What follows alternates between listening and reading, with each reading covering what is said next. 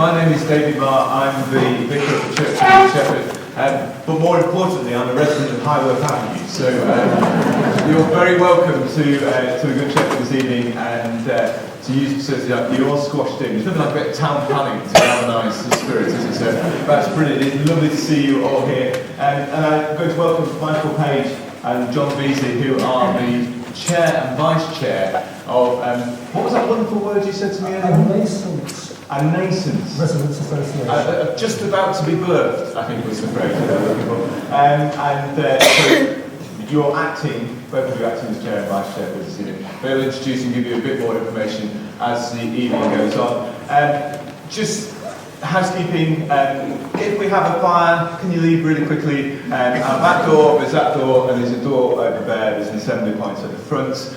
There is a loop, which is through the door on the side there, or over in the hall, which we will lock up. We also have a hearing loop, so if you are hard of hearing and you turn your hearing aid on to T, then you'll be able to hear everything that's going on as well. I think that's probably most of it. We're going to do some question and answers later on, and I will run around with the microphone so that people can hear the questions that are being asked as well when we get to that point. But you're very welcome, and I'll hand over to Mark. Thank you, David. And David, thank you so much for allowing us to into church this evening. I'd actually like to introduce a couple more people who've been working their socks off these last 7 days to get this thing working. First of all, at the back, Mary Pounton from Lees Road. Mary, could you identify yourself, please? Thank you. Turn it a bit. I'll try and speak a bit louder. Stand up. Okay, how's that? And the other person I want to introduce is Richard Cushing at the back. Richard, who's from Highworth Avenue. These two people have really been working hard for us these last 7 days. I didn't know these guys 8 days ago. Quite remarkable. I'd also like to thank Luke Tunmer, who has somehow managed to get a website for us up and running in the last 24 hours. Quite remarkable. Thank you, Luke. And to my right here, somebody who's volunteered to take minutes, Louisa Kelly of Lees Avenue. Thank you, Louisa, for doing that. But you know, there's one person that I really want to pay tribute to. Somebody who lives on Milton Road, without whom I don't think any of this would happen. Her work in forming the Milton Road Residents Association is quite remarkable, and her dogged determination really then inspired us to get off our backsides and do something. And I'm referring to Barbara Taylor. Where is she? Barbara, thank you so much for your inspiration.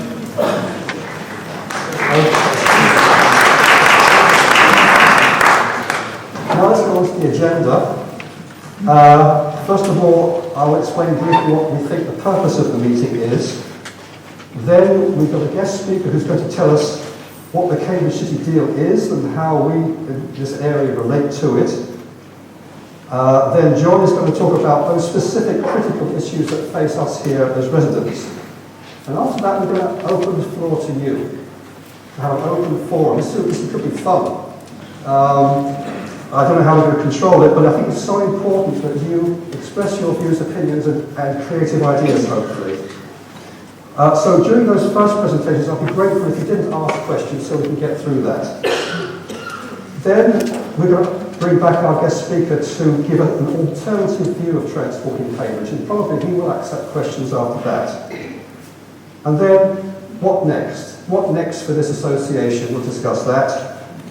And of course, this association isn't properly formally organised, so we don't have constitutional rules, we haven't had elected officers. We need to do something about that as well. But we won't do that this evening. We'll keep the focus specifically on the issues we face. And then we'll close. At what time, I don't know. Try and keep it within maximum 1.5 hours. Let's see how we go. Okay, so, whoops. I think you've got this in the wrong order here. We have a technical glitch. We've lost the...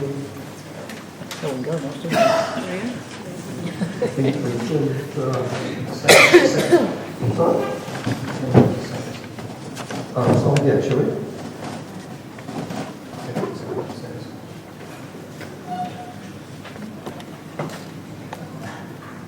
This is what I didn't want to happen, you know?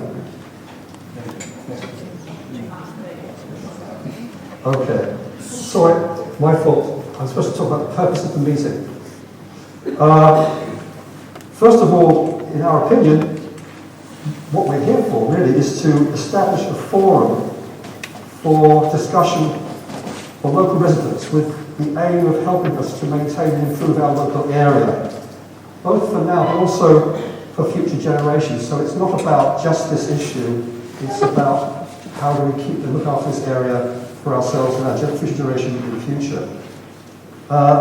More specifically for this issue is to raise awareness of the city deal and Milton Road proposals and their implications. Then we want to receive feedback from you, as I said earlier, but we want to try and formulate a collective view and try and make a collective written response to this. In doing so, what we'd like to do ultimately is provide a sort of toolkit for everybody, so that when we all have to make our own individual responses to the consultation, we've got something on which to base it, having taken all the best ideas into account. And then before the end of the meeting, we will be seeking your assent for the way forward for establishing a proper constitution and so on. Right, so at this point now, I'm going to introduce our guest speaker to talk about the overall Cambridge City deal. His name is Edward Lee.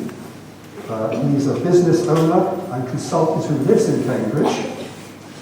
He also, in my opinion, he didn't tell me this, but I think so, he heads up an impressive team of independent thinkers and transport specialists, and they call themselves Smarter Cambridge Transport. And they've been trying to formulate alternative transport solutions for Cambridge for the past several months. He is chair himself of a residents' association, and he's an independent member of the Cambridgeshire Police and Crime Panel. Now, his first contribution this evening will be a brief and hopefully impartial introduction to the city deal. He knows much more about it than I do. And then later on in the evening, after the open forum, we're going to invite him back, and he can then tell us what he really thinks. Okay, so Edward, it's over to you.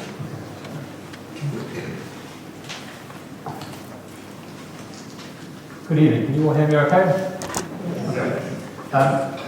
Really, in the absence of somebody from the city deal, who would be much better qualified to talk about this, I'm just going to give you a quick background as to what the city deal is, why we have it, and how to engage with it.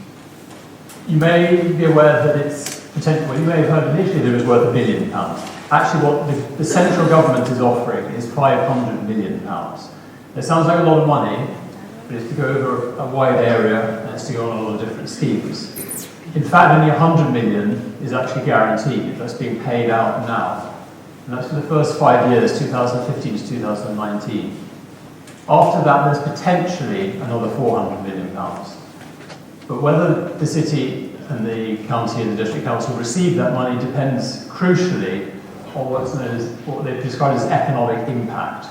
In other words, the schemes that are chosen and implemented during the first 5 years must deliver, one assumes, a positive economic impact in order to the satisfaction of the Department of Transport and the other departments within central government. And then that will release the additional funds to build more schemes. That 500 million will be topped up by various other grants, developer contributions. Whenever a new development goes up, a proportion of the money spent on that development goes to the councils to spend on supporting infrastructure. Some of that money will be pooled with the city deal money to fund the schemes. It's for Greater Cambridge. Now, you may not know what Greater Cambridge means because it's been coined specifically for the city deal. It's actually the city and South Cambridgeshire District Council working together. So it's the area bounded by South Cambridgeshire District Council, including the City Council. Now, you may or may not be aware that the County Council looks after the roads, and the various districts and the city council look after various other things within those areas. Because the city deal applies to this area within Cambridgeshire, it actually involves the Cambridgeshire County Council, the South Cambridgeshire District Council, and the Cambridge City Council. And the leaders of those three councils ultimately have the vote on all of the schemes that are proposed and they go to consultation, and they will, the three of those three people, those three men, will ultimately decide what gets built and what doesn't. And it's also really important to see the city deal in the context of the local plans. Now, you may have read, you may have heard about the fact that the local plans are still sort of going through an approval process. The local plan sets the agenda for the councils over the long term, over the next 15 years, in terms of where development will be, what sort of development will be, what infrastructure needs to be built to support that, to support those developments. And that all comes together and connects with the city deal, which is primarily, but not exclusively, about building the transport infrastructure to support this growth. And some of you may feel that we don't need any more growth, we don't want any more growth. That unfortunately is not an option. The decision has already been made. Growth is coming, and some of it's coming in Cambridge, and a lot of it is coming in South Cambridgeshire. So in places like Camborne, Bourne Airfield, Waterbeach, Barracks, Northstowe, and some other areas around closer into the city. And one really crucial thing to understand is that essentially a deal was done between South Cambridgeshire and the city, that in order for the city not to have to build more on the green belt and to keep the city compact, the deal was that more development would happen in South Cambridgeshire. But it's accepted that most of the jobs that those people will be doing are in the city. So therefore they're going to have to travel into the city.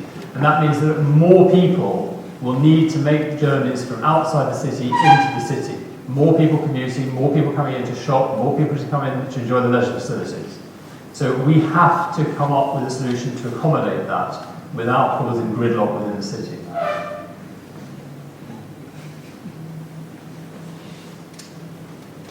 And specifically, I'm just going to talk very briefly about the two consultations that are going on at the moment for this area. So Milton Road and Hurst Road, you may have seen the schemes that have been proposed. They're being consulted on together. It was one engineering company that drew up proposals that did the assessment and then drew up these proposals. The consultation runs to the 15th of February. That's when you must get your response into the city deal. And you can do that online, or you can do it on a paper questionnaire. You should have received a copy of the paper questionnaire through your door, but you may find the online version is easier. You will find that there's probably more information on the city deal website as well. At the same time as these, your responses and all of the input will be analysed, and then a report will be published on the 8th of June to be considered by the City Deal Joint Assembly and the Executive Board. And at that point, they will decide which option to take forward for a further consultation. So this is not, we're not at the moment choosing what gets built. The idea is to get feedback on whether the ideas being proposed are good or not good, or whether some hybrid option between the two, or something completely different should be looked at. But after that meeting on the 8th of June, that's when one idea will come forward. It will be worked up in a great deal more detail. The business case will be constructed around it to make sure that it's cost effective. And then that will come out for further consultation. And then only if that consultation comes back as being, yes, this is the right thing to be doing, only then will something happen. And that's, so 2017 is when that next consultation will happen. And nothing will get built for probably another 2 years after that. But the machine started moving, so we can't wait until stuff gets built on the ground. Then it's way too late. Now is the time really to get your ideas, your feedback in. And this keys in with something else which some people said should have been done first, which is an assessment of traffic within the city. It's something called the Cambridge Access Study. and was linked to something called the Call for Evidence, which you may also have heard about, where people within the city and outside the city across the country submitted evidence about how to manage traffic primarily within the city, how to deal with the problem of congestion in the city. And it could be argued that actually that really needs to be figured out before we start looking at what we do on the radial routes like Milton Road and Hurst Road. But as it happens, all of that information is going to come to the boards on the 8th of June all together, and they're going to have to try and weigh up, what's come out of the access study, what's come out of these consultations, and try and figure out what the right balance is. So that's the background. I'll leave you with that for now, and I'll see you in a little later.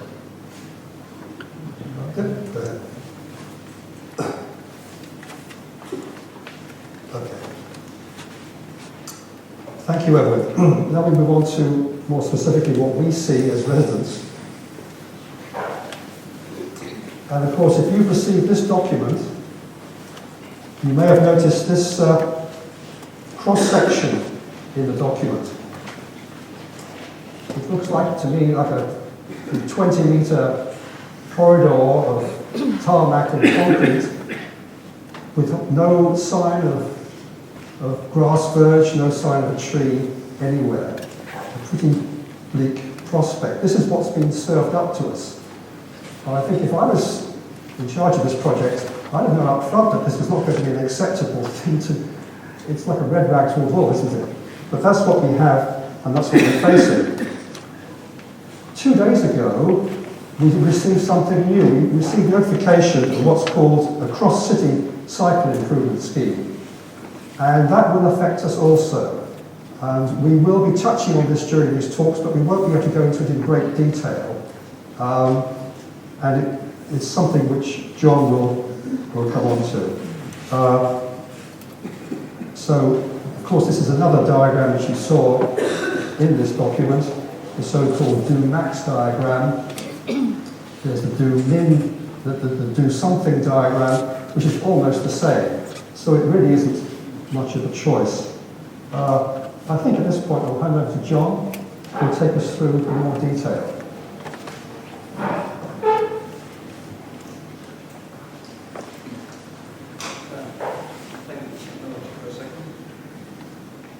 Can you hear me? Can you see me at the back? I'm actually standing up. Okay. Now, Michael made reference to this document. I'm sure you've all seen this marvellous publication. This publication has 2 diagrams on it, which, as Michael mentioned, is the do something and do max options put forward for consultation. And not being a great expert at spot the difference, I couldn't really tell at first glance what the difference was between the 2 diagrams, and then noticed that a few sections of extra bus lane appear in the do max. But it's interesting to note that for our estate, it doesn't really make a lot of difference whether you're looking at do max or do something, because for the section of road near to us, the problems are the same. So on this presentation, I've put a section of one of those maps. It's actually a section of the do max map, and I'm just going to use this to point out some of the features which are going to have quite an impact on the Hurst estate and the level of convenience or not that you're going to enjoy, or not, if it all goes through. So, just starting for traffic coming into Cambridge from the motorway. First of all, there'll be no right turn into Arbury Road, there'll be no right turn up Gilbert Road. For traffic coming into the city and going out, there'll be no turn at all into Highworth, and in fact no turn at all into Union Lane. And in addition, Highworth get the added bonus of having their polarity switched, so closed at the one end, opened at the north end, so that residential traffic has to go out into the rest of the estate to get out of the Hurst Park estate. And finally, the council think it's a good idea to remove the roundabouts at the bottom of Highworth Avenue and replace it with traffic lights. So I'll cover all these items in a moment.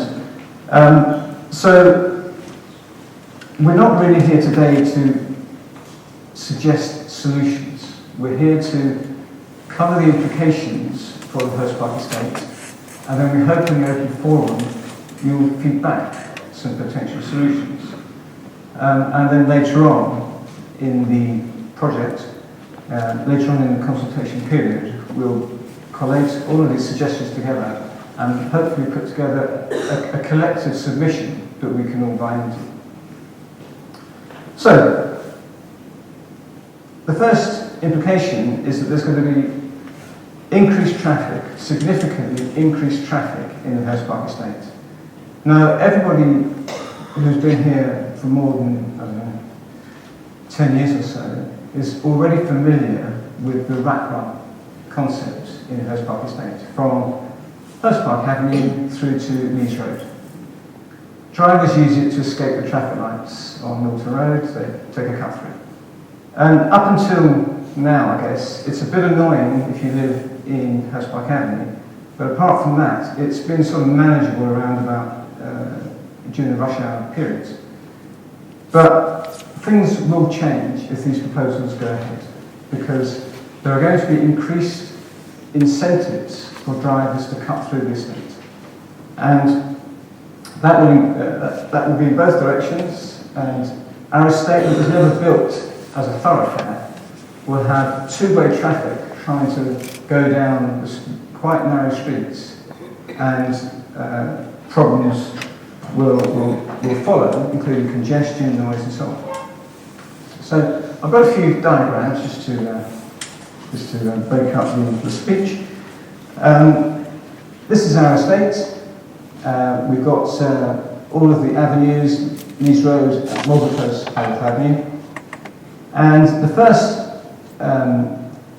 sort of schematic is for outward bound traffic, obviously going along Milton Road on their way out of Cambridge to the motorway perhaps, or north to Hurst. And any traffic that has to go to the Science Park or thereabouts has to navigate through two sets of traffic lights, or if they have in mind going towards Hurst, then the chances are they're not going to navigate two sets of traffic lights if they can avoid it, and they'll go through the estate. Now this is pretty much the same route that people take now, but just to avoid one set of traffic lights. But when there's two, I can see no right-minded driver who thinks they can get away with it going through the estate. And of course they could take the slightly more scenic route to go around Highfield instead. Obviously, people in Highfield who think that a little bit of drift from the right run. If anyone's ever been through Orchard Avenue during the rush hour, you know that gets very clogged very quickly, and it won't take long before drivers decide to take various other routes. Okay, so city-bound traffic coming along Milton Road, can't turn right up Arby Road, so they must go through two sets of traffic lights. So already a little bit bad-tempered because of all the time taken to get that far. They then have to make a choice. If they're perhaps heading towards Huntingdon or northbound, they have to make a choice. Do they chance their arm and try the Ashton-Gurney rat run, which is how I think it will be coined before long. So they could try and go down there. Now, that would be a bad choice, because anybody who's tried to make that shortcut in rush hour knows that you spend all your time at the bottom of Gurney Way not being able to get into Gilbert Road. So it's most likely that those drivers will take the same route as before, and so we'll have a lot of extra traffic for drivers from both directions trying to go north. What about the other direction, coming down? Oh, of course, sorry, if they want to see how the other half live, they might go around Highfield. So if they're coming down the other way, coming down Arby Road, and they want to go towards the city, now we already have this. Drivers that come down Arby Road, cut through, and they'll do the same. So there's no incentive whatsoever to go down Arby Road where they've got to wait for traffic lights to get onto Milton Road and then wait for another set of traffic lights to get across what used to be the Highworth roundabout. And finally, getting from Milton Road or anywhere really to get into Highworth Avenue, from either direction, drivers have got to come down, turn up Hurst Park, go through quite a long-winded route to get into Highworth, and that is going to be very annoying. Now, of course, the alternative is to go a bit further up Milton Road, perhaps, I don't know, up King's Hedges Road, Camp King, Arbury, and then into Lees Avenue. A nice trip, but that's going to be long-winded. Oh, of course, and the extra joy of taking a slightly more scenic route if they want to. So, the other implications, which really spin off with the extra traffic, extra congestion, a lot of frustration, noise, pollution, specifically at the exits from our estate, particularly Lees Road and Hurst Park Avenue. But there's already a lot of congestion in Lees Avenue, and that's only going to get worse, in my view, if we don't, if these proposals go through as is.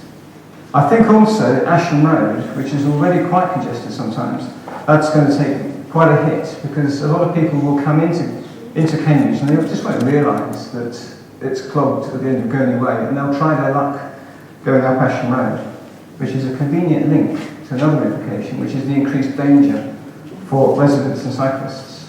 So a lot of people have to walk along Milton Road with their children to get towards Milton Road School. They have to cross Hurst Park Avenue, which is heaving with traffic, and then they have to go up past the library, which is also very congested, lots of pollution, noise, very intimidating for young children, and that's not going to change, and it's going to get worse under these proposals. So, let's look at Highworth. This is slightly more complex because really the issues that faced residents of Highworth Avenue are really issues for the estate as a whole. Because the things that Highworth residents are most exercised about is, first of all, the change of flow. The closing of one end, opening of the other, and the obligation for traffic to go north into the estate and out via Lees Road and Hurst Park Avenue. Clearly, it's not a particularly popular decision, because all that really means for Highworth residents is that they have to leave their road and join the queue. So the journeys will be longer, and will just sort of be a bit more annoying, really, overall. There is also, under the current provision, no turning space mentioned.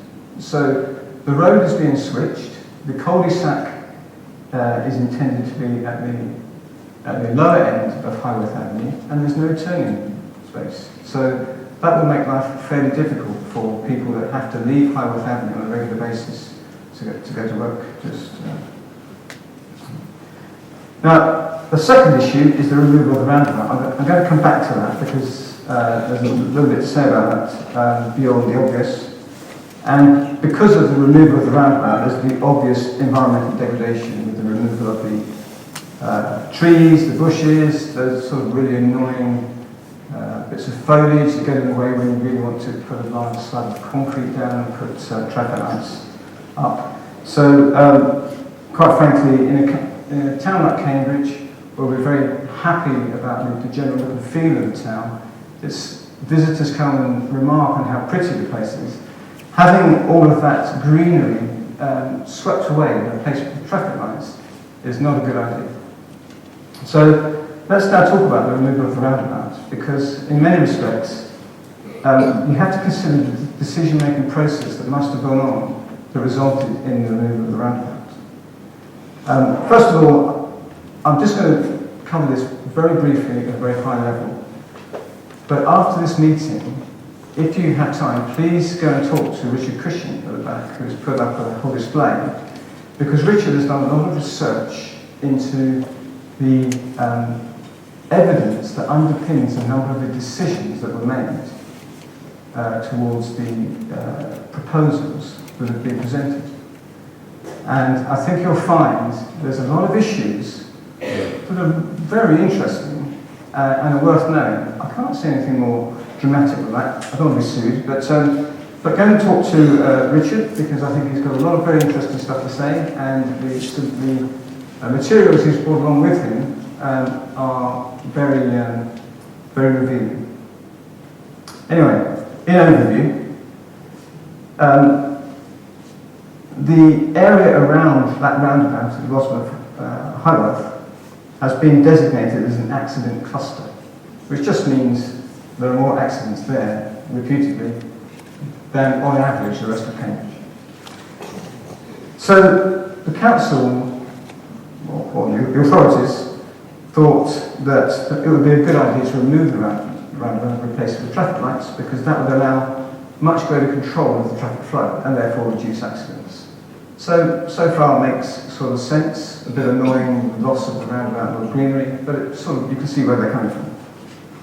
And then there's a bit of an inconvenience there, because one of the whole points of the city deal is to get buses and bicycles travelling through the city very smoothly.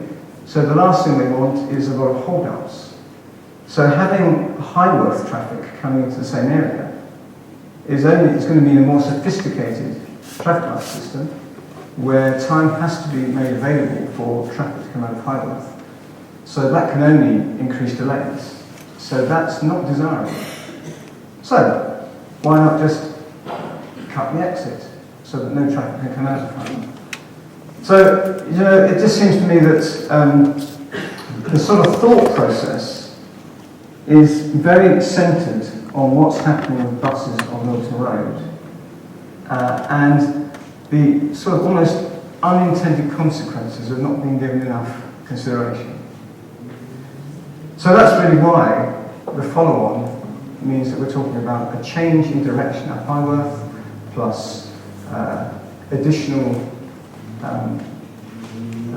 problems with cars, congestion in the rest of the estate. Okay, I won't say any more about that, because you can find out more detail by talking to Richard. He's much more of an expert on this than I would hope to be. So, and he's the guy that has looked into this in some detail. In addition to all the road projects, there was also a number of cycle projects under the term cross-city cycle. There are 5 schemes that have been promoted to improve cycling in the city. And the one that's of most interest to people in this estate is the Arby Road route. I'm just going to skip ahead so that I can show a diagram of this. So this is roughly what the route looks like. It starts off at Meadows Community Centre, thereabouts, and goes down as far as the Arby Court play area. Now what this consists of is cycle paths on the road down Arby Road to make the travel cyclists safer than Arby Road, which is all very laudable and acceptable, except for the fact that the building of these cycle paths only gets as far as Arby Court, and if cyclists want to go all the way down Arby Road, then frankly the cycleway stops and they're back where they were now. So the council has promoted the idea of putting a fortified paved area for both cyclists and pedestrians in what is currently that sort of pathway between Lees Road and Arby Road. So, with that in mind, back to our area, this is where cyclists will end up. That's where the cycleway finishes. Cyclists who are heading towards the city will then go down Lees Road, Lees Avenue, probably Mulberry Close, and then onto Milton Road. They'll probably get a bit fed up with Mulberry Close because of that sort of wall bit that you have to try and struggle with your bicycle to get through. So, but that's not a problem, because they can then go with a much, the very pleasant Highworth Avenue cycle route, forgetting the fact that traffic will actually be going in the opposite direction at this juncture. And if frankly they want a bit of excitement, they can go through the other roads. out onto Milton Road. So, onto Milton Road. Now, the thing is, although clearly it's in some ways better to have a bicycle going along your road than a car, because there's no pollution, there's no noise and so on, the outcome of this particular implication is that you've got cycles riding around roads that are already congested with car congestion because of the other decisions that have been made. And that pretty much it introduces a safety issue as well as an environmental issue that has to be taken into consideration. So that's the end of my submission. So I'll hand over to Michael to start the open forum. Right, what you've heard so far all sounds a bit negative, and I want to emphasise the fact when we come forward with our submissions to this, or responses to this consultation, it is not going to be good enough to say how bad it is. That's easy to do. What we have to do is try and come up with some sort of alternative solutions. That's really, really important. It's going to take quite a long time to do that, but we are going to work hard to try and come up with ideas to help you to do it. And, well, perhaps it should be your turn to give us some sort of input. Is there, David's got a microphone available. People would like to air their views and perhaps give some positive suggestions. At the back. Would that speak, yeah?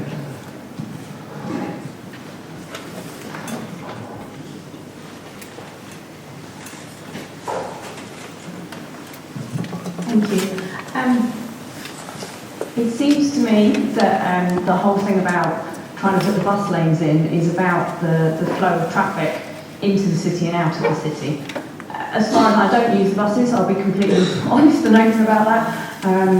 But as far as I'm aware, there aren't actually that many bus services and bus routes that come in and out down Milton Road. Correct me if I'm wrong.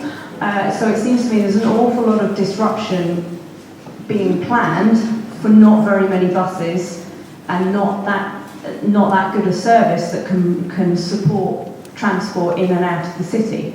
On top of that, as far as I'm aware, the congestion into the city is in the morning and not going the other way, and is out of the city in the evening and not coming in.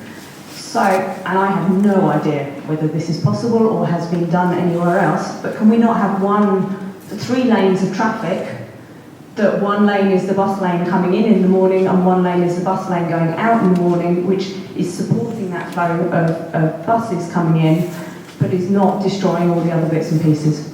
It's my only thought. I have no idea whether it's practical, but a potential. Do you want people to say where they're from? Yes, it would be helpful. Thank you. Where are you from? Mulberry Close. Hello, Marcus Kuhn, 19 Highfield Avenue. My comment is essentially going in exactly the same direction. I was very surprised by the consultants' report that they didn't consider what's known as a central tidal route for the buses, or a central tidal lane, where in the morning you have just 3 car lanes. The middle one is reserved for buses, and there are signs and traffic signs that regulate that taxis, buses, ambulances and so on go in one way in the central lane in the morning and go in the other direction in the evening. That immediately gives you 3 additional meters, which you then can spread over additional green space, perhaps even slightly wider cycle path facilities. It also takes the buses into the middle. The one technical problem the central lane has is that it makes it a little bit more difficult for buses to reach a bus stop on the side. But as the consultants already point out, the vast majority of the projected 56 or so bus services per hour on Milton Road would actually going through. There's only a tiny number of buses that actually stop at every single bus stop. Most of them are long distance buses that go from Waterbeach Barracks to the station and so on. And the solution for bus stops is basically you combine them with traffic lights. You can have toucan crossings, and you can program them such that a bus can go first past the traffic light and then can go to the side for those small number of buses that have to go to the other side of the road.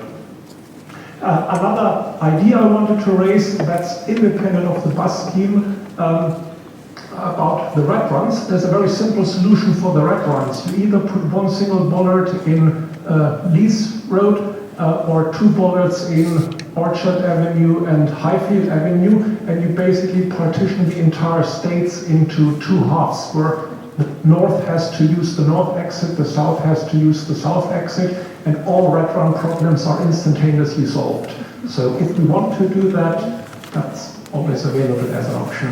It would also solve the slight nuisance that, in particular, my road, Highfield Avenue, is at the moment a driving school every morning.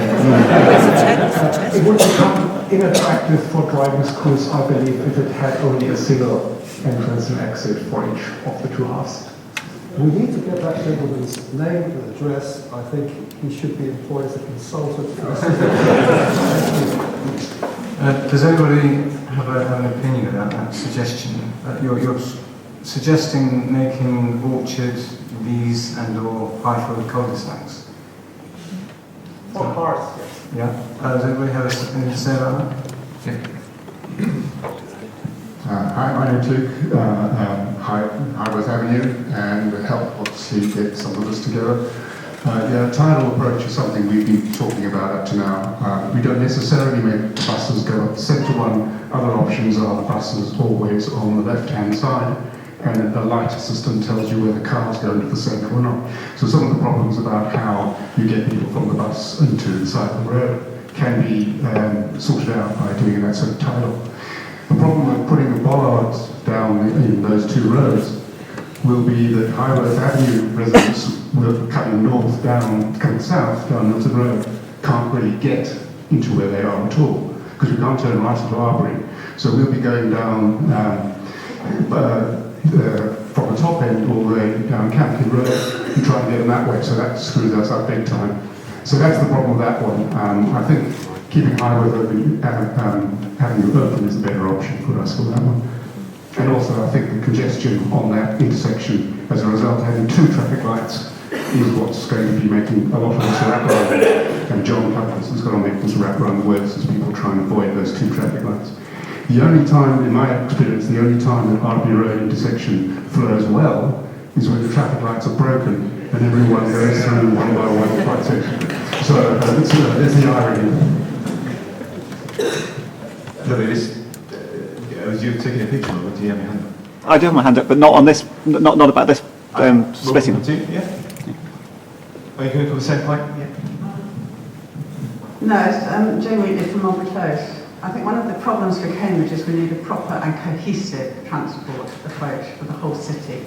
We are a very small city, we're a medieval city, and we weren't really designed for all this traffic at all. I think we need some imaginative ideas. We know that traffic lights are designed to stop traffic. They use energy, they cause pollution because we're stopped, and most people don't have such up-to-date cars that they stop when they approach a traffic light or are stopped. Some do. And roundabouts keep traffic flowing. Cyclists can cycle round roundabouts. Cyclists frequently jump traffic lights. I've seen it so many times at Arbury Road, my heart is in my mouth. And don't get me wrong, I'm a pedestrian, I'm a cyclist, I was a Vespa driver. I sometimes use the buses when they're stopping Milton Road, and I drive a car. And actually doing all of those 5 things makes you see traffic in a slightly different way. I've stopped driving my Vespa because there are so many potholes in the road that I actually had to go into one when the car was on my right, and it actually, the impact switched my bike off, which is extremely dangerous. What we need is, if we're having all this development on the outskirts, and we know that it's happening, we know we can't stop that, we need buses that come in and that stop at bus stops. I think the idea of having a way in and a way out on that one track is a very, very good idea.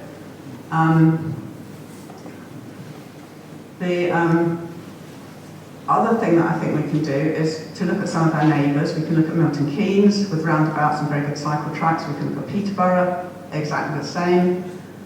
We can look further afield. We can look at our European communities. In Athens, during rush hour, the buses are free. And people therefore use them, the commuters use them, because there's no way that they can get into Athens and out of Athens any cheaper, because it's free. In Bologna, between something like 8 in the morning until 6 at night, traffic that are not registered in the city, the cars are not allowed into the city, so they have to use public transport. We need a public transport system that works. Buses and trains that actually go from where we are to where we want to go, when we want to go. Because otherwise we're never going to get people out of cars. The other thing that hasn't been mentioned on this new plan for Milton Road, apparently, is that there is going to be a stand-up piece of concrete along the cycle route to protect the cyclists so that traffic can't move into the cycle runs. Well, that's great, but what about people that actually live on Milton Road that want to get their car into their drive or out of their drive? They're going to ruin their suspension and probably bust their tyres. And it might be nice for the cyclist to feel that protection, but actually, it's not that clever. I think, can I just make a comment about the joined up thing? I think that's really important. There are groups meeting because of things being discussed on Hurst Road over there, and we're only Arby Road apart from Hurst Road, and it's sort of, it is frustrating that we were able to replicate these all over, so I think it's a really, really important point. I'm just going to the chap with the camera who's had his hand up. Oh, well. Thank you. I'm Richard Taylor. I live on Milton Road. And I just want to say I don't want to put too much weight on the plans that have been put before us here. I think they're a bit of a distraction. Our local councillors haven't really considered them in detail, haven't really got behind them. And the City Deal Board itself considered them in just 5 minutes. They didn't look at the details. So they've just been produced by consultants from afar, and then the board have just put them straight out for consultation, which I think is very lazy of our councillors and the board, and because they're making us respond to them. They should have waited until they had something that they supported. But I do genuinely believe them when they say that this is an open-ended consultation and they're interested in all solutions to keeping Milton Road and the area decongested in the future. And I think we do have to look at things like the station, getting people off the buses onto the trains, right, from the park and ride onto the trains, making sure that new station works. And also at the new housing in Northstowe and Waterbeach, to make, when that comes on, that we don't just have large numbers of commuters living out there coming into the city every day. We make those places where companies want to base themselves. So if we are going to have this growth in Cambridge, we have some of that, the growth actually occurring in Waterbeach and Northstowe, and people connected to Cambridge but not having to commute every day. And I think this is an opportunity for the area. We've got central government investing in Cambridge, and we've got our local councillors saying they want to invest in this area. They want to put £23 million into Milton Road, Histon Road and the surrounding area. So we could get some really world-class cycling facilities here. We could get completely segregated cycle lanes with pedestrians and cyclists separated from motor traffic by trees right down the length of Milton Road. That's the kind of money that we've got. That's what we could get here. But we would have to address this question of preventing the area getting congested in the future as the city grows. And just lastly, one of the most important things I think is going to happen before the decision is made here is we're going to have some elections in May. I think we've got to make this an election issue. But as over the course of this year, as we've got this far, we've only just got sort of massive public interest at this late stage. I think we've got to get people, both lobbying councillors at the decision-making meetings, where there are often very few people saying anything, and we haven't really had many of our councillors saying anything at all in this year-long process up to it. And we've got to make this an election issue, because we can lobby our existing councillors, but the two people who will elect in May will rightly have a lot of power. They'll have thousands of people voting for them in an election where thousands of people take part. So their views will matter. I think the election is really key. Good point. Thank you very much. I'll come down the middle. Thank you, David. Great job.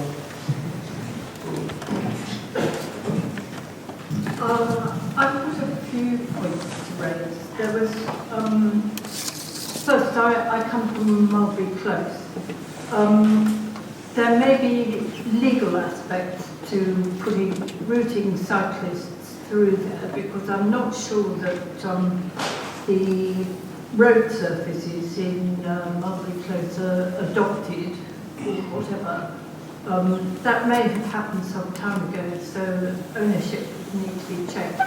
It would also be the most immense hazard, judging by the way many cyclists behave, to the children who regularly play on the green after school and at weekends, and frequently have to be accompanied already by their parents in crossing the road area and so on. I'm very, very concerned that at a meeting about Mitcham's Corner redevelopment proposals not long ago, no mention was made about the impact of the new station. There will have to be some kind of new cross-city transport to stop increased traffic coming through from other parts of the city to access the station. And it seems to me that the park and ride across the A14 on the other end of the other side of the new station will have to be very substantially increased, and bus services from there. It's said that not many buses come down Milton Road. Actually, many do, but they only serve the local community during working hours. So the 9 comes quite infrequently. The C stops at certain stops, but another couple, the C I think is from the busway, and another couple of buses come from the park and ride. And they don't stop, they don't serve the local community, but on the other hand, you know, we quite possibly need more of those coming down. For developments going out on outside Cambridge, Northstowe, I know from people, somebody who has a close relationship with it, who is a member of U3A and so on. The first phase of house building has not commenced, despite promises, because of shortages of bricks and so on, shortages of skilled labour, and the inability of anyone to consider possibly importing some kind of Scandinavian ready-built types of housing with good energy things and so on. And you know, I'm not sure why the impact of the proposals for Mitcham's Corner, which seem to me quite inadequate and based on diagrams that had been developed in small towns that had none of the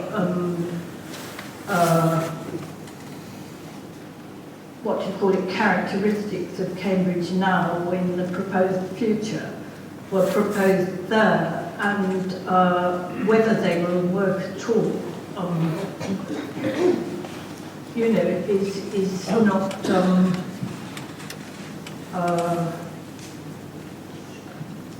a good idea. But I think the key thing is that no attention has been given whatever in either of these things, as far as I can see, to the impact of the new Okay, station. thank you very much. Does anybody else have any ideas for potential improvements to schemes? Sarah Payne, I live in the Dalegarth Flats at the bottom of Hurst Park Avenue, and my great concern is the whole issue of rat runs. I would like you to, councillors and City Deal members, to spend a day in Hurst Park Avenue. They're welcome at mine for coffee between 8 in the morning and 4:35. The road is totally congested with commuter parking. They come in, get their bikes out, and the road is actually, it's one way. So you get delivery vans, it's highly dangerous, and in Dalegarth, where we come out of our driveway, it's a death trap. I'm sorry to say we feel the worst, and particularly traffic turning in off Milton Road, both right and left, are sometimes stuck out because they can't get in. It's very, very dangerous, and I don't feel that these city deal officers, or whatever their titles are, have any idea of these realities. There isn't space for more rat running. Okay. Thank you, Sarah. Oh, gosh. That's something for both further. I'm just going to this gentleman at the end here. Yeah, Duncan Johnston, Leeds Avenue. One thing that occurred to me, looking at some of these things, it seems like the implications of the rat run issue maybe not appreciated by the people who have come up with these plans as yet. And I was wondering whether there was any value in us trying to collect data that would sort of show the current issue and maybe a bit more complicated, try to estimate what the potential impact would be of these changes. I think the old-fashioned way of doing this would be half a dozen volunteers standing out with clipboards, trying to work out how many cars are actually going straight through our estate and how many are actually local traffic. There might be some kind of way we could do it, some automatic number plate recognition on webcams, trying to work out how long it takes cars to go through. I live at the bottom of Leeds Avenue. If someone at the bottom of Hurst Avenue had a suitable bay window, I don't know, maybe you know of a way to do that. Consultants can be hard to put pneumatic cables across Yeah. the road. Yeah. Okay, so maybe a bit of thought into whether we could do that. I sort of wonder, at 9 a.m. is 90% of the traffic coming past my house rat running and 10% just local residents, or vice versa. I think it's probably the first. So maybe if we had some solid information we could present to the council, we've got 10 times as much traffic coming through our estate than the local residents, and we think that would double or whatever. That might be helpful. Duncan, you're going to volunteer to help us do the counting? Well, I wonder whether if anyone knows of a good, clever way we could do it automatically. Thank you very much. If I can just speak to that point, and the lady from Dalegarth, I completely agree with you. I raised that issue, I'm from Highfield Avenue, and I raised this issue in February last year with two councillors. And I had no substantial response from them in over 11 months. So I'm rather disappointed because I raised it as a safety issue. My children and other children transit that point on a daily basis, and increasingly being concerned. And I understand it's a result of a parking fee that's been levied at the park and ride that people are not willing to pay on a daily basis, that displace the traffic into our neighborhood, and I see that problem growing. With respect to the traffic counting, I asked us to raise this issue in February last year because about 3 or 4 years ago, residents in the Highworth and on the Hurst Park Avenue and Highfield Avenue and Orchard Park Avenue will have seen those pneumatic counters. They had those sort of piping that went across the road, and I asked them about statistics, because if we can look at those statistics, and I said, it's an easy thing to do, all you need to do is look at those statistics, revisit that now, and I'm sure they will see that the traffic flow has increased through our neighborhood. It's simple to do, and I think they should revisit that. Again, I've had no response, and what struck me about this, and when Michael came to me with this, was that when I approached the councils on this, there was no mention of this at all, and the first time I heard of this was when this came through our letterbox, or actually there was an email that was going around. So I'm rather surprised, and the gentleman over there who had the camera, I thought, made a very interesting point that how sort of this was so quickly considered, and so I'm rather surprised how this has manifested itself. But I think the point is that I think we have some statistics. I think we can replicate them quite easily, so we can get a better understanding of the flow of traffic through our neighborhood. Thank you. I'm just going to come and I'm going to move down to the middle here. Is that right? Really last from Lees Road. I just wanted to make a point about the new station. And it seems to me that, well, two things. One, we don't know where the buses are going to go when they come down Milton Road. They end up in Drummer Street and then presumably out to Addenbrooks or wherever. But it seems to me that there should be some consideration being given to making a bus station near the new station in Chesterton, because we don't, I don't have any evidence to say where all these people are going to actually go when they get into the centre of town. And it seems to me that you get yourself down through Mitchen's Corner to Drummer Street, and then what? And there should be, surely, some sort of exercise in getting some evidence as to where these people are actually going to go. Are they going to go to Addenbrooks? And is it possible then to go on the busway to Addenbrooks? Is there going to be a connection from the new station to the main station? It seems that that should be a hub up there where there is some thought given and some imagination given to what can actually be taken in the way of traffic through that hub. And I just think that the proposals that have been put forward are staggering in their paucity, really, because there's no imagination. But that's in my opinion. Time is running on. I think we can take maybe just 3 more questions. We have a councillor here. We have lots of people. Thank you, Ashton Brief. Mike Kemp from Ashton Road. Thank you for inviting me to the meeting. We have a small residents association as well, and we're all trying to work together on this. First, I guess I'd like to kind of echo the last couple of comments in that if we do think these proposals are bad, I think we should say so. You know, if they're rubbish, let's say so. We pay a lot of money to our council officers and their consultants to put these things together, and they really should put a decent proposal together rather than us spending thousands of hours having to comment on the rubbish that's put forward.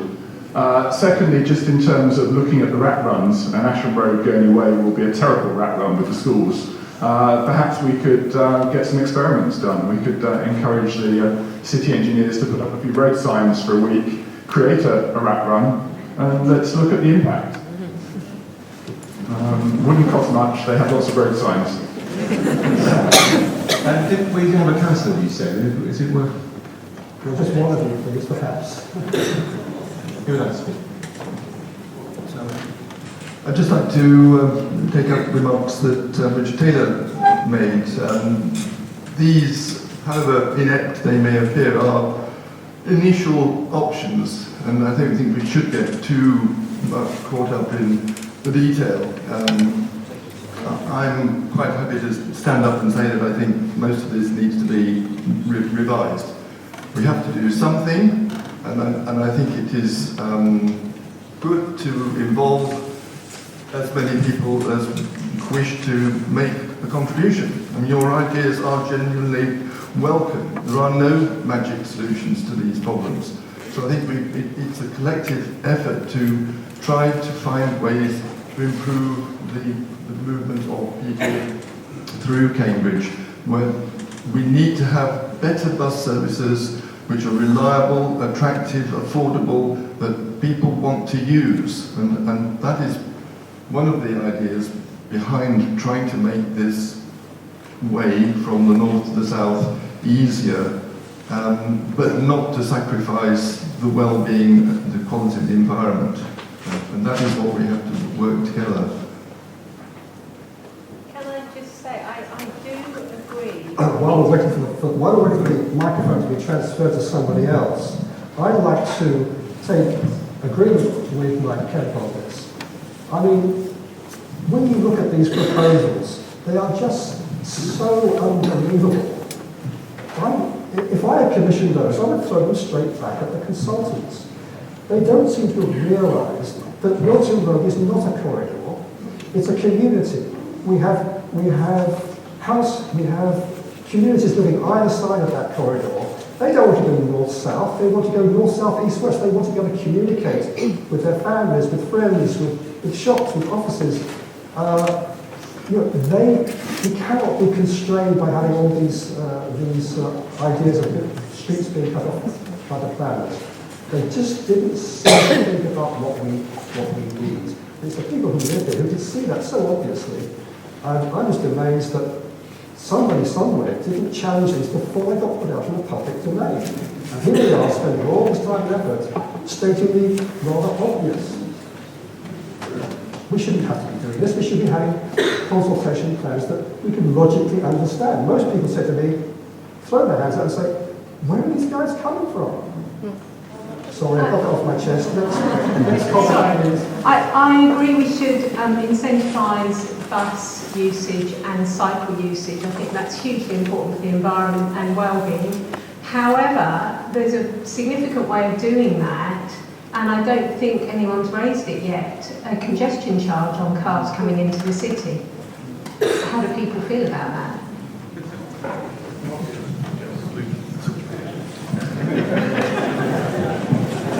I don't have my problem with other people want to speak about this. I think, I'll tell you what, we've got another speaker to come on, then we might have some more time later. Yeah. I think for a moment, I'm sorry, we will have to call it a halt. As I said earlier on, we don't want just to be negative all the time. I'd like to invite Edward back, please. Edward, perhaps you can help give us some hope. Some alternative ideas.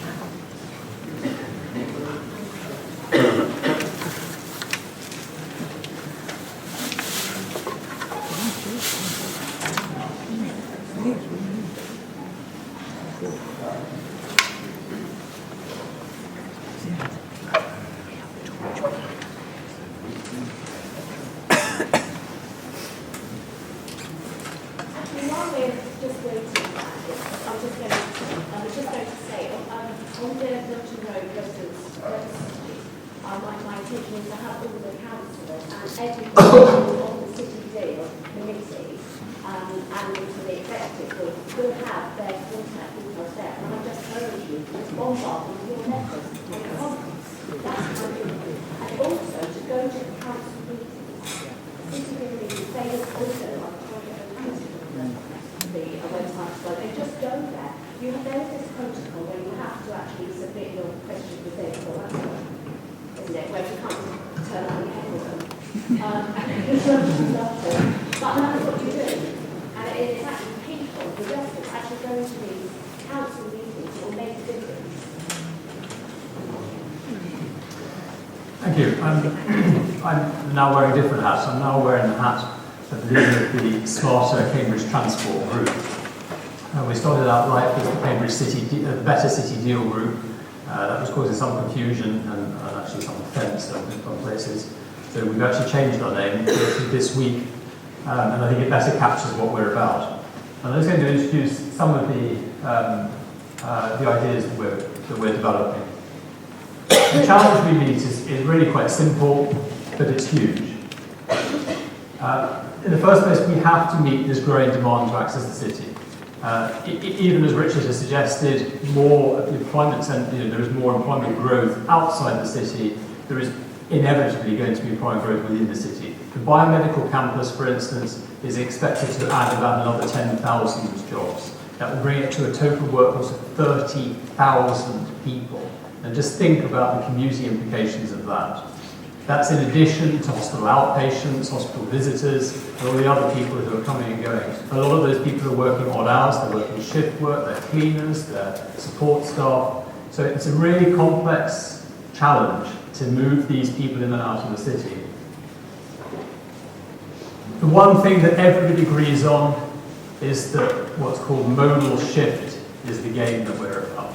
Modal shift is moving people from one mode of transport to another. It's specifically from cars to using alternatives to cars, whether that be walking, cycling, taking a bus, taking a train. And whatever else we do, we have to improve all of those and make them more attractive. And that will also, in some cases, mean making driving less attractive. It's a matter of what is sometimes called carrots and sticks. It's a matter of presenting better alternatives, and for a lot of people, they don't feel they have an alternative to driving at the moment, so we have to create alternatives for those people. And we also, at the same time, we have to disincentivise people from driving where they don't need to be driving. And there's lots of journeys that probably even we do, that actually we don't need to use a car. Maybe it was because it was wet and it was just more convenient than cycling or walking. And actually, if we're all going to be able to use the small space that's available for us to all move around, we're all going to have to use alternatives to driving much more. We need to reduce pollution. Pollution levels in the centre of the city are above European standards frequently. It's a real problem. There is a light in the tunnel as far as buses go. You're pleased to know that the Stagecoach and the City Council have put in an application for a grant from the Green Buses Fund, Green Transport Fund, or something from the central government.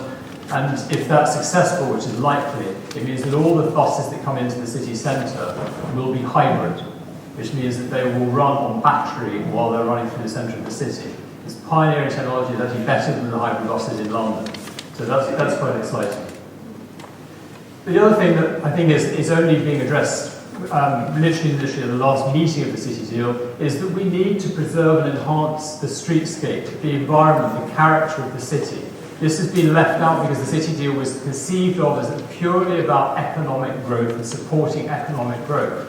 And it left out of the equation the environment in which we all live and in which people who come and work in the city live in, and the visitors, the tourists who come, and our family who come in.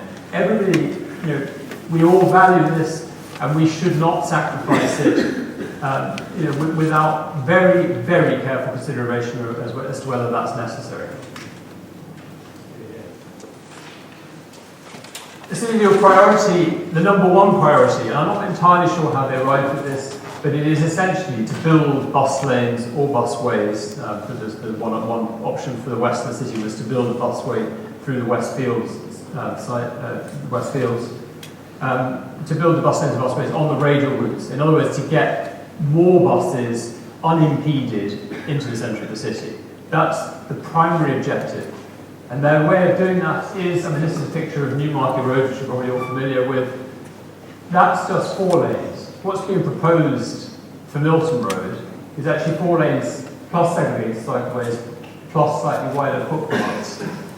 It's just an enormous expanse of tarmac, and it's just unbelievable that we could consider doing that in any city, let alone Cambridge. And you will see there are lots of cities around the country where this sort of thing was done in the 60s and 70s, and it has destroyed cities. Medieval cities, Chelmsford, Lincoln, have this sort of thing going through the middle of the city. We shouldn't be doing that in this day and age. We have to be smart. And that's the illustration of the do maximum proposal. And the reason, there was talk about how many buses are coming down. The expected number of buses is 45, up to 45 an hour. There's 51 in total that they go on slightly different sections, so a maximum of 45 an hour. And that's what the bus lanes are there for. But of course, as other people have pointed out, the outbound bus lane will be hardly used in the morning, except it'll be lots of empty buses going out to pick up more people. How do they come to that figure of 45 buses per hour? It's based on the number of buses needed to serve Northstowe, Cottenham, basically all of the villages to the north, and to get all of them from the park and ride sites and from the busway. There'll be many more services coming from Northstowe on the busway, and a gradual increase in the number of services running down the busway from St Ives. So that's all the radial routes, is it? 45? No, this is Milton Road. There'll be 45 buses an hour at peak time coming down Milton Road or going out in the evening. How many are there at the moment? Probably the same amount, most of them are service. Off the top of my head, I can't remember. It is in the document. It's slightly less than, I think it's around 30, something like that. 28 says the consultant's report at the moment. 28, okay. But again, spread over different sections. So this is 28. They project to a total of 51 or so. Okay, so we're basically about a doubling. Now, bus lanes have lots of problems. I mean, I've done some detailed research on this. The TRL, which is the Transport Research Laboratory, which was spun out from the government department, did a very detailed study in 1999, and it looked at a number of bus lanes, including in Cambridge, in fact, and it assessed how effective they were, A, at improving reliability and journey times, and B, at getting people to switch to travelling by bus. There are examples where it works well, and there are examples where it doesn't work at all. But on balance, the benefits are pretty marginal. But really importantly, they're marginal in the context of the whole journey. The engineers get too fixated on the bit that they're controlling, the bit of road they're controlling. But for the person who's making the journey, that's only a small fraction of the whole journey. They've got to get from their doorstep to a bus stop, onto a bus, through the city to a point. Maybe you have to change buses. They then have to get to where they work from there. The whole journey, of which Milton Road is only at most 5 kilometres, is a lot more. And the problem is, there are many more problems with other parts of the journey than there are with getting down Milton Road. Saving 5 minutes down Milton Road probably will not make the difference between whether you drive or you don't. Bus lanes are hugely expensive. I mean, because you have to dig up the road to a great depth, you have to move all of the services underneath the roads, and if you start widening into people's gardens and you've got compulsory purchase order, it's a hugely expensive process. You really don't embark on this unless it's absolutely necessary. I believe very strongly that actually the whole point of keeping our city compact is that it means that we can get around easily without driving, and that within the city we should be promoting world-class cycling infrastructure so that everybody feels confident to cycle, whatever their age, whatever their ability, and we can easily get, almost anyone can comfortably cycle for 20 minutes, and that will get you pretty much from one side of the city to another, and whatever your age. And electric bikes make that even easier for people of all ages. And actually, that's one problem that we still have in the city here, and despite the fact that about 45% of people do travel around by bike at peak times, the cycling infrastructure is very disconnected, and the junctions are the points that are dangerous and where they are dangerous, and that's where people feel vulnerable, and particularly young people. And most people would not allow their children to approach any of the junctions on Milton Road by themselves because they are just too dangerous. Drivers behave unpredictably, and cyclists can behave unpredictably, and they just don't mix. But they also don't mix with pedestrians. Shared cycle footways are not good either. They're fine where there's a small number of people, but they're not good where you've got a large number of people. And so we have to segregate them. So it would be much better to use the space that's available to create really good segregated cycling infrastructure with segregated cycling infrastructure through the junctions as well, so that you don't have to look over your shoulder and pull out in front of fast-moving traffic. And once you have 4 lanes of traffic, once to turn right as a cyclist, you've got to go across a bus stop and across another car lane, and then cross over another 2 lanes. That's a hugely complicated manoeuvre that most people just will not feel confident doing. Building more bus lanes actually increases road capacity. You've taken some buses off the existing road, you've taken probably taxis as well that would probably be allowed on. You've actually created more capacity for other vehicles. And we can't widen the inner ring road, we can't widen the roads within the inner ring road, so that just means we're going to create more congestion in the middle. So even if the buses gain 5 minutes going on Milton Road's bus lane, it's going to lose that in getting snarled up on Chesterton Road, on Victoria Avenue, Drummond Street, all the rest of it. And it will worsen pollution because we're putting more vehicles into the centre of the city. They're going to be stuck in congestion, they're going to be sitting still with engines on everything. Building a bus lane is being discussed, and this is probably what you're personally most concerned about, is it means losing all of the greenery, all of the trees, all of the verges, and even if there's a little bit of token planting to sort of replace it, it's going to be nothing compared to what you have now. And actually, it could be enhanced. I mean, if those trees were looked after and the ones that have died or been cut down and replaced, it would be beautiful. I mean, it's sacrilegious to get rid of it, really. And it has also been pointed out, once you stop building, highways through the middle, you divide the community. there is just simply no way that you can feel connected to people on the other side of a 6-lane highway. So how do we deal with congestion? Well, at the moment the city deal has sort of approached it, really because of pressure and not because it was on their agenda. Their attitude really is just leave things as they are. Allow congestion to provide an incentive in itself to ownership. I mean, if you're going to get stuck in traffic, that will make you think about alternatives. That's the thinking. And we just have to hope, or the officers have to hope that that's not going to create problems, more problems than there are now, and traffic backing up to the A14 and the M11, which is a real concern, because once it starts backing up onto the off-ramps and people are sitting on the motorway or the A14, it's stationary trying to pull off, that's how accidents happen. And as you're probably really aware from reading the newspaper or seeing on the news, accidents on the A14 and M11 are frequent. So the call for evidence I referred to earlier was really about looking at ways of dealing with congestion. What are ideas we've got? And congestion charging is one of them. If you're thinking about discussing congestion charging, be aware that you as a city resident will have to pay it too, and it won't be like in London where you get a 90% discount, because whatever is agreed as part of the city deal has to be agreed by the city and residents in South Cambridgeshire. We can't think of, we'll just keep the people in South Cambridgeshire and we'll penalise them, we'll make them pay so we can move around. That just won't wash. Whatever is proposed is going to mean some pain for people in the city as well. So there is no painless option. And saying no to what's been proposed now and not proposing an alternative will not work either. Do nothing is not an option. That's been said several times. Another option is enlarging the core traffic stream. That's the bollarded zone within the centre of the city.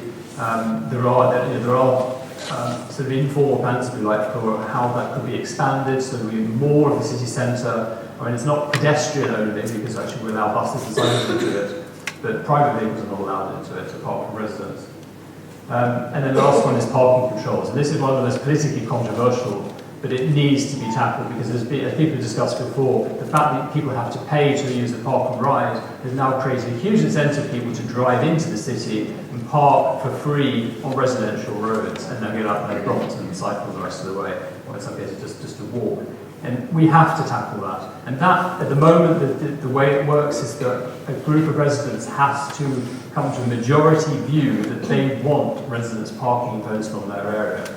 And it's hugely divisive because if one area does it, then it has a knock-on impact on the neighbouring, their neighbours.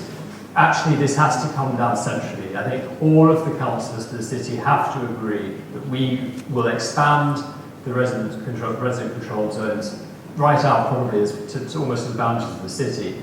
And we've got to have that discussion, all communities have to have that discussion. And there are options, it's not just the option of residents parking. I mean, we can have, short, it can be a 1 hour control rather than a whole day control. You can have more of the roads double yellowed. I mean, there's lots of options that need to be discussed, and at the moment that debate's not happening. It really needs to. So what are we proposing to solve congestion? Well, let's put it in a turnaround. If we can solve congestion, then we don't need the bus lanes. Because the bus lanes, apart from at peak times, the buses can flow with the rest of the cars fine. So if we could maintain that all day, we wouldn't need the bus lanes. And if we don't need the bus lanes, then we've got that space where we can create the segregated cycling, segregated footpaths as well, and we can enhance the streetscape. We can have more planting, and we can preserve what we've got, and we can enhance it further. And if we can solve congestion, then we've also solved pollution. What that means is that we have to cap the traffic at 20% below the current peak. And that 20% is basically congestion is a non-linear phenomenon. The traffic will move slowly as it gradually builds up. It will move smoothly as the traffic volume builds up, and then it starts to get to a point where it stutters, and then it comes to a standstill. And once it gets close to that You then get gridlock at junctions because you get people who can't get through a junction, they block the junction, and then when that happens, the whole lot seizes up. If we can control the traffic at 20% below the peak, and that capacity is really set by the centre of the city, about which we can do nothing unless we tunnel, and that's too expensive for what the city deal for the money that's available. If we we can use what we call smart traffic management, and that's essentially make the traffic signals more intelligent, integrate them better, control them centrally, have them pre-programmed to respond to all sorts of different scenarios so they can just switch in so that if there's an accident on the A4 and suddenly there's a surge of traffic coming down Milton Road, there's a program set in for how to route the traffic at that point. We can combine with something that's called inbound flow control, or some of you may have heard of this, is gating. It's already used on bus lanes, so on the Newmarket Road and the Trumpington Road. At the end of the bus lane, there's a set of traffic lights that holds the traffic to allow the bus to get through. Essentially, the idea is that you queue the rest of the cars and you provide an opportunity for the buses to overtake. Now, if we did this on the outskirts of the city, admittedly there's a challenge to do on Milton Road and Hurst Road, but not impossible. And we can queue more traffic there, then the traffic beyond that point can run smoothly, at the capacity of the road. And then we don't need the buses, we only need the bus lanes just to bypass the queue on the outskirts. And as I talked about before, if we can phase out free commuter parking, that's just not an option for people, that will reduce the amount of traffic that we're drawing into the city unnecessarily. And this follows on from a lot of discussion earlier. We do probably need to cut a lot of the routes through residential areas, because this is, rat running is a problem, and it will be, whenever there's congestion, it encourages rat running. And it also discourages residents from driving if we cut the through routes. And it has been done in some parts of Cambridge. Some of you may know the area between Mill Road, East Road and Newmarket Road. You can't get through on the west side of the railway line. All the routes through have been cut. And that was because a huge amount of traffic was coming through from Newmarket Road to get through to Mill Road. And it was becoming absolutely untenable. You're getting HGVs getting stuck coming through there. So it was a brave decision at the time, but nobody would turn that, totally cut back and not do that. And if we do that throughout the city, it actually makes, along with some of the other things, it then makes it a lot less attractive to use a car for anybody, for people coming into the city and for residents.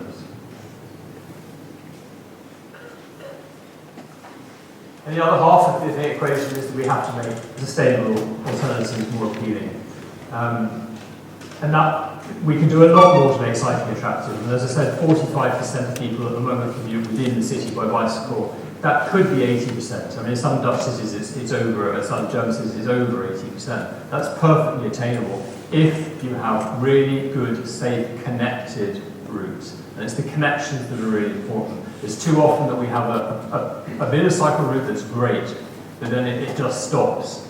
And it's making those connections onto the next part of the route that's really crucial, especially if we want to get school children cycling to school together. We have to have the whole route, end to end, safe. We have some quite, I won't go into the details about it, but we have a lot of ideas for how we can reorganise bus services. We can't take control of them, it's a deregulated market. The bus services run purely on commercial grounds, and actually the subsidies that some of the routes do have are being phased out, and within probably 5 years they will be gone. So all bus services have to run commercially. And actually what the main point that we want to make is that we want to run many more bus services as express services. So with relatively few stops. One of the reasons why the guided busway has been so successful is because essentially it is an express bus service. It's widely spaced stops, and it's quick, it's direct. And we can a lot of the routes could be like that. I mean, actually the Haverhill service, which doesn't use a busway, that is also the X13, I think it is. That is a very, very good and very well patronised service. We could have many more services like that. And actually within the city, rather than just going in and out of Drummond Street, they could actually circulate around the city to provide more destinations and more connections with other services. We need to build transport hubs and interchanges throughout the region. Transport hubs, it's almost as saying earlier about building one at the Cambridge North Station. I mean, that's a good idea. We should be doing that. And we should be doing it outside the city too. Park and rides are essentially a type of hub. They're an interchange between a private car and a bus. But we could be building these throughout the region. I mean, Camborne, for instance, it doesn't even have proper bus stops. It doesn't have bus shelters anywhere. That should have an interchange where everybody can get to easily walking or cycling. They can catch an express bus from there that takes them to the city centre or to Admiral's or to the Science Park. And we need to make the actual, I mean, if any of you have ever tried travelling by bus, I mean, it is actually quite an art to try and figure out the routes, the timetables, where the bus stop is, where you get off. I mean, it's just too complicated. I mean, if you go to London, you can put in your postcode where you're going to, and it will tell you precisely which bus service, where you change, what the time is going to be, and you can get there. We need something like that if we're all going to use public transport more. And finally, if we had a much better coordinated home delivery service for all the shops, then we wouldn't need cars ourselves most of the time. Because a lot of the reason people feel they need a car is because they've got to carry something heavy at home.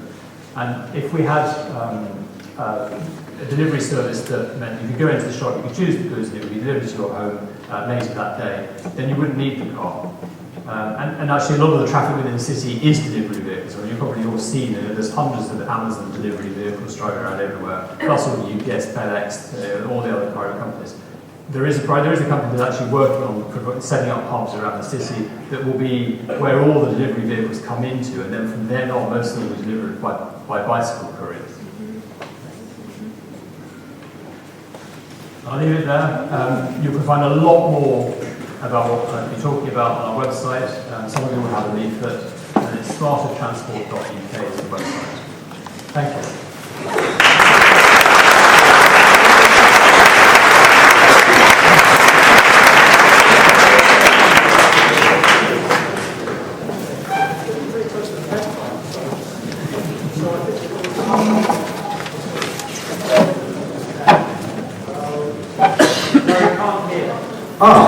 Can you hear me now?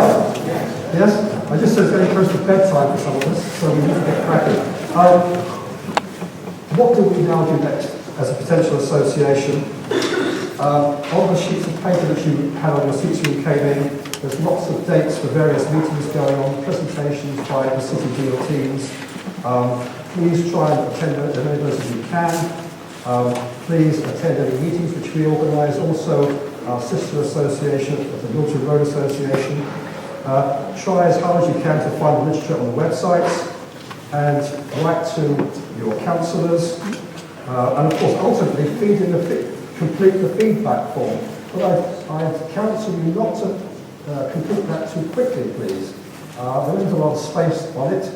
I think you're going to have, if you really want to make a contribution, you're probably going to have to write your own individual letters, because the questions which are posed to you don't really give the sort of answers you want to give. So give that some thought. There's plenty of time, till February the 15th to do that.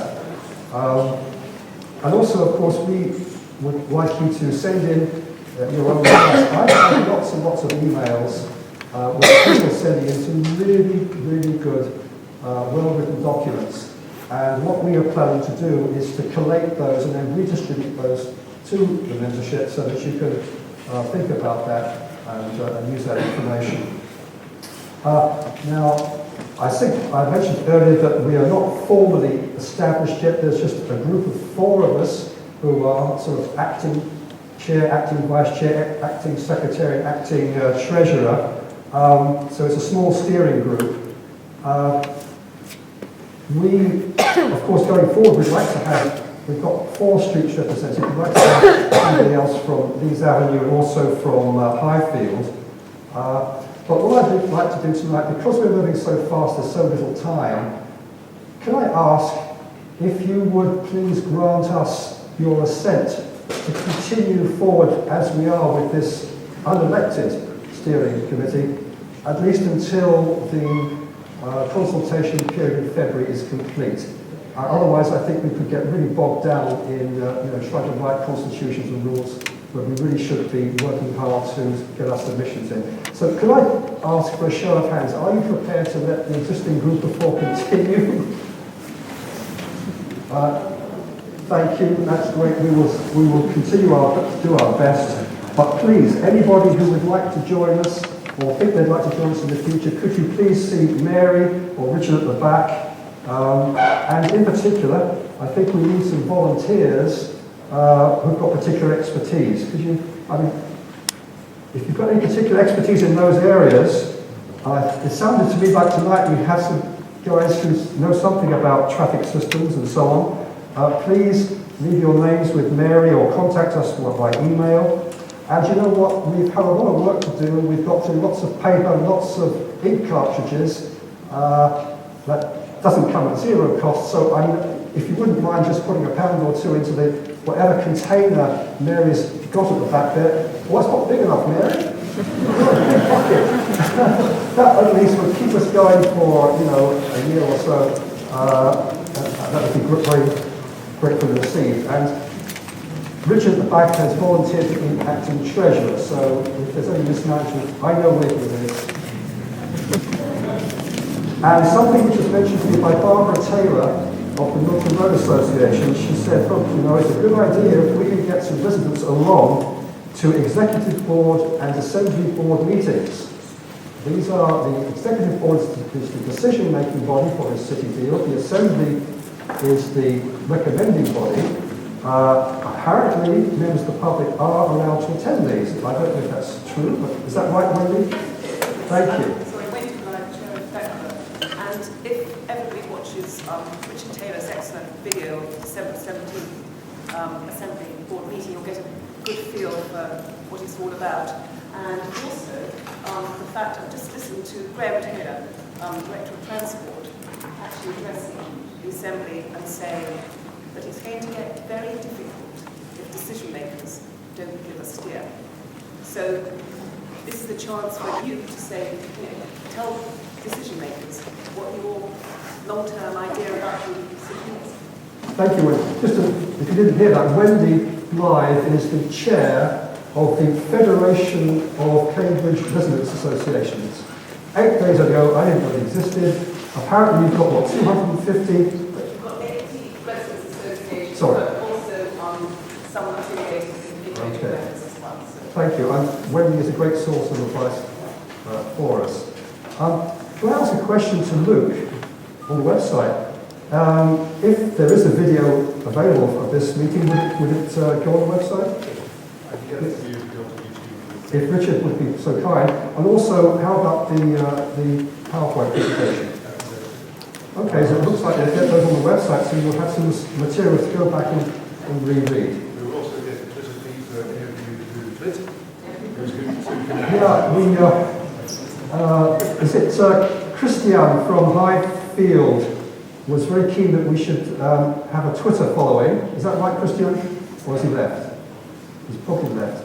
But I believe that Luke will get that going and we can get that moving.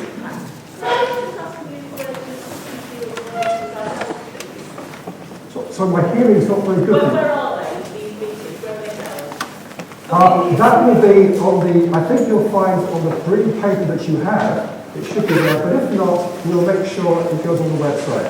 I was going to say, on the... I've had a request from one of our county councillor to have a word. David, could you get the microphone to the lady? She's running ahead of you. She's running. I'm Jocelyn. Yeah, get us the microphone.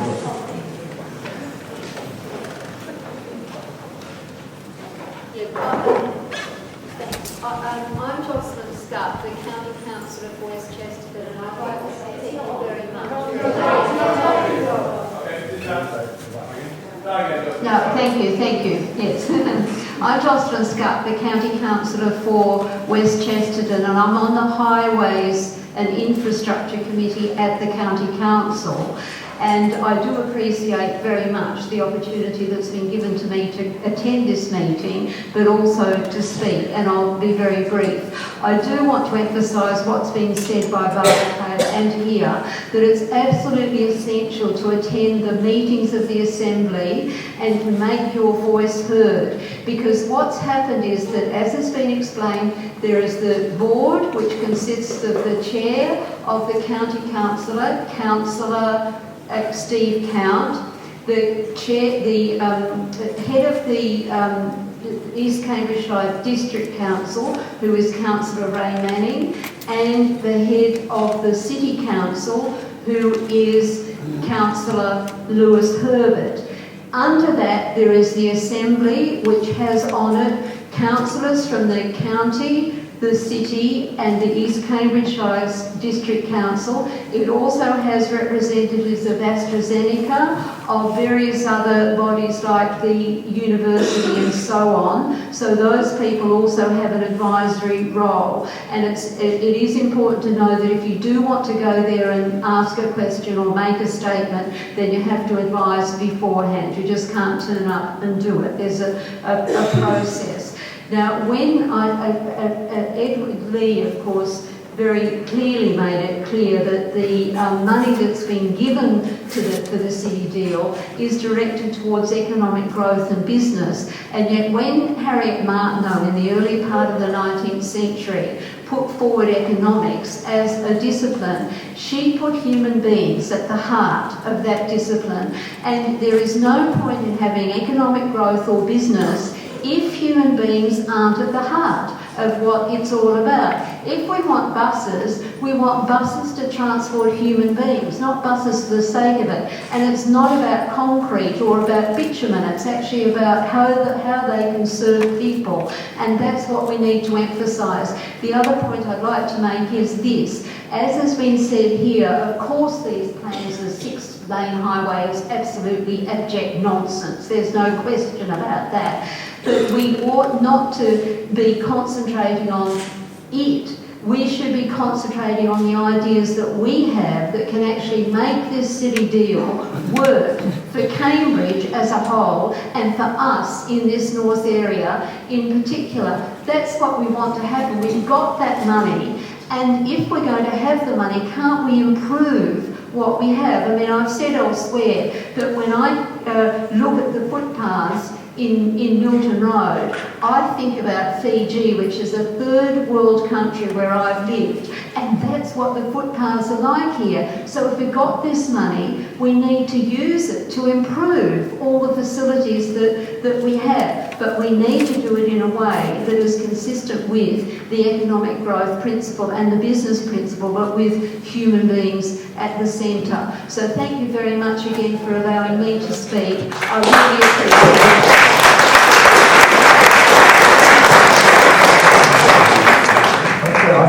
It's time to call the meeting to a close, but just before that, I would like to thank all the various people who have helped us in organising all of this. I'd like to thank Joe Tumner and various others.